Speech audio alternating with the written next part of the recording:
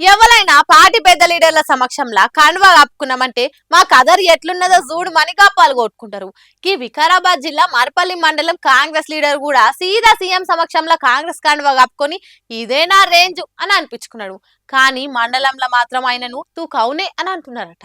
దేవుడు వరం ఇచ్చిన అయ్యగారు అడ్డం పడ్డట్టు అవుతున్నది ఈ మర్పల్లి మండలం కాంగ్రెస్ లీడరు కోహిర్ శంకర్ అనేట ఆయన కథ. మొన్నట్ల సీఎం సార్ ఇంట్లోనే ఎంపీ జి రంజిత్ రెడ్డి సమక్షంలో సీఎం చేత కండువా కప్పుకొని కాంగ్రెస్ లో చేరిండు. కానీ మండల కాంగ్రెస్ కమిటీకి గాని నియోజకవర్గ ఎమ్మెల్యేకి గాని ఎటువంటి సమాచారం లేకుండా కాంగ్రెస్ పార్టీలో చేరిండని వికారాబాద్ నియోజకవర్గ కాంగ్రెస్ పార్టీ లీడర్లు మస్తు మసిలిపోతుండ్రట. చల్ మనకు చెప్పకుండా పోయి చేరితే నడుస్తుందా? అసలు ఆయన చేరిక చెల్లది.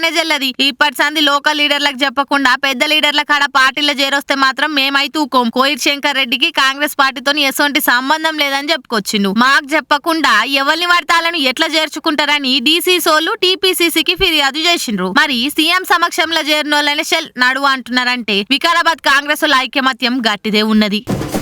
అయిపోయి జనసేన పార్టీ మళ్ళోసారి అధికారానికి దూరంగా ఉండేందుకు బాగానే కష్టపడుతున్నట్టున్నాడు పవనాల్ సారు. జన సైనికులతోటి అన్ని పార్టీల జెండాలను మోపించి ఆఖరికి వాళ్ళ నాగం పట్టిస్తున్నట్టే ఉన్నదా ఆయన కథ.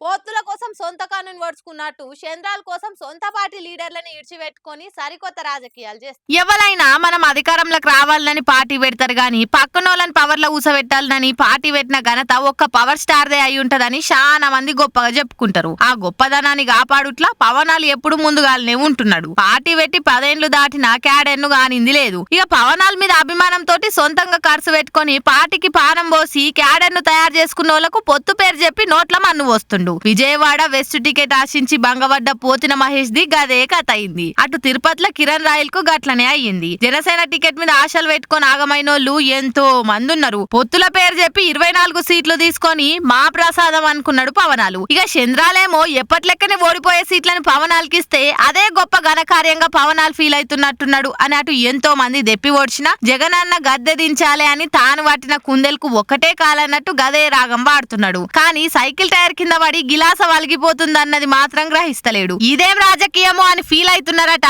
పవనాలు రాజకీయం చూసినోళ్ళు.